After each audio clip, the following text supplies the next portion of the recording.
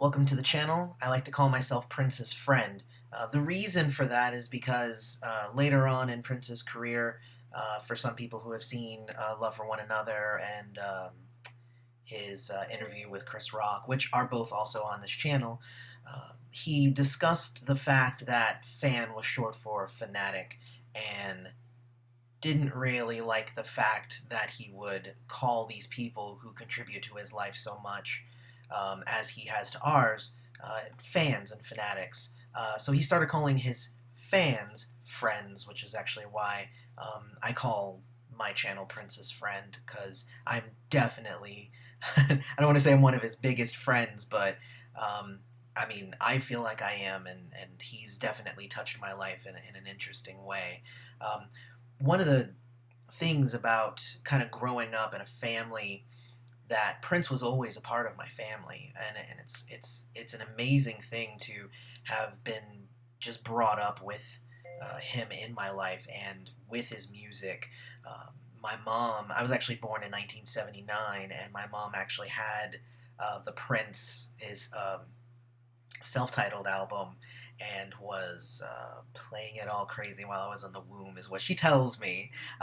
So, and apparently I used to kind of go crazy every time Sexy Dancer would come on, um, which I like that. I like to think that even in the womb as a child, as an infant, that, Prince's music was touching me even then, which I think is really, really cool. And obviously, we all grew up. I was a child of the late '80s, early '90s, so I was exposed to Purple Rain, but not as much as other people. Actually, my very first album was Graffiti Bridge. That was my very first Prince album, and it was one of those things where I'd kind of heard Prince here and there. My mom, I liked it, but I wasn't super into it. I also wasn't of an age where I was making a lot of my own musical choices. But then my mom got Graffiti Bridge, and I basically stole the CD from her and played it over and over and over again. I played it for myself, and I played it for my friends who at the time, I remember my friend Steve kept wanting to listen to Life is a Highway. Not the Rascal Flatts new version, but the old version, the original version. And he used to be like, "We should listen to Life as a Highway, that's way better." And I'll be like, "You're smoking something. I have no clue what it is, but you're smoking something." Because Prince is amazing, and I don't know why no one else is getting this. But that was like my life for a while. I listened to Prince, and what I started to do, well, I listened to Prince, and I was really, really into Graffiti Bridge. I actually have a picture of myself the following year, 1991. So what I had actually done was I had started going back and listening to all of Prince's music. So I started with Graffiti Bridge. And then in order to be completely present and to really sit down and understand what the music was and what he was trying to do and where he came from, I actually went back and I started with For You, and I actually would listen to For You for like a month and a half. Listened to every word, learned all the music. I remember I had a part-time job at the time, and I used to put on headphones and listen to For You and Prince at the time. But I basically worked my entire way through his catalog, and I took my time with it, and I really made it count. And there was a period of about 2 years that I listened to nothing but Prince. If I had my choice in the music, I mean, there was obviously people who, would throw on the radio, and I had friends who would listen to other things, so I'd be like, fine. But I spent a lot of time really, um, you know, throwing Prince on to their stereos so that they could experience what I had been loving. For 2 years, I listened to nothing but Prince.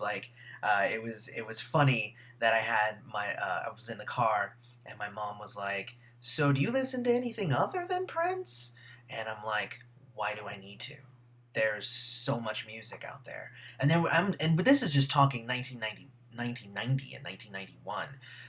But it was just amazing. And then when 1991 and Diamonds and Pearls came out, I actually I remember my mom got it for me, and I was hoping that it was going to be the Christmas present for that year. And I remember opening it, and I like hyperventilated because she bought me um, diamonds and pearls, and she bought me a boombox. So oh man, that was like the best day of my life. You don't even know. So it's one of those real like again, Prince has always just been this huge thing in my life, and every time he would come out with an album, I felt so just blessed that I was able to experience some more of his genius. Um, since then, it's so funny because Prince would come out with an album every year, sometimes two albums, and I'm fans of other bands. Since then, I don't just listen to Prince anymore, but there was a period there. Um, but like other bands, they have like 6, 7 years in between their albums, and I just don't understand it. Um, or I mean, I didn't. I mean, I understand that Prince went above what a lot of people, the constraints that all these other bands have. Prince said, I'm going to release an album every year. Well, you're releasing too many albums. Well, screw you then. I don't need you to tell me that I have too much music and too much love to put out into this world. So I loved him for that, and I loved that I was never wanting for more music. I always had more music when it came to Prince. It was just, oh my God, it's just such an amazing thing. Now, of course, I started the YouTube channel. For years, I've been collecting videos. I've traded with other fans. We used to do a lot of eBay trading and whatnot. But, I mean, I have a lot of videos. I have some concerts. I have interviews. I have things that I've already posted. You guys have seen it.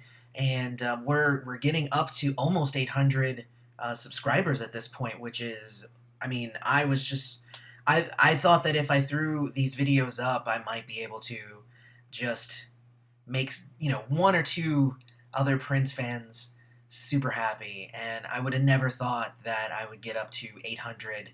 And I mean, it's climbing. Like, we're getting 50 to 100 new subscribers every few days. I mean, and it's kind of crazy. So with this channel, since the audience is growing, I'm going to continue releasing videos that I have stored. I have some old footage from the Lovesexy days, and some really cool stuff from the Purple Rain tours, like a bunch of news articles and stuff like that. So I'm going to keep putting that stuff out. But what I also want to do is I want to keep it alive. I want to keep what Prince was trying to do alive. I'm not a musician myself, but what I can do is I'm going to share my experiences with Prince's music with everybody who subscribes to this channel. So I'm going to start with doing some reviews of some of his albums. I mean, in reviews, but mostly just talking about each album and my thoughts on it and whatnot. I don't think that there is a bad Prince album, so don't expect me to bash anything. He has some albums that are better than others, but in my opinion, he did everything that he could to make music as perfect as possible, and he respected the music. So he did not release, garbage, like I've seen some other bands do and some other musicians do, where they just have like a throwaway album, or they'll release a double album where only half of it is any good. Prince took a lot of care with his music, and it's again one of those things that I think we're all blessed to have experienced before he died. It's so sad to me that, and I've seen some comments here, is that a lot of people have had no exposure to Prince or only have seen his hits, and I think that being able to share with all of you some of the deeper cuts and some of the really cool thoughts and ideas that I know of, because I've read a lot about Prince as well. And I might be able to share some new tidbits with you guys. So I hope that you guys will come along and we'll have a lot of fun with it. And what I'd actually love to hear from you guys in the comments is, what was your first album? What was your first Prince album? When did you get it? And what did it make you feel? Like, I would really like for all of us to become Prince's friends, because I think that his music deserves that. I think it deserves to be discussed. It deserves to be spread. It deserves to go far and wide. And yeah, that's the end of the video. Don't forget to like and subscribe, and may you live to see the dawn.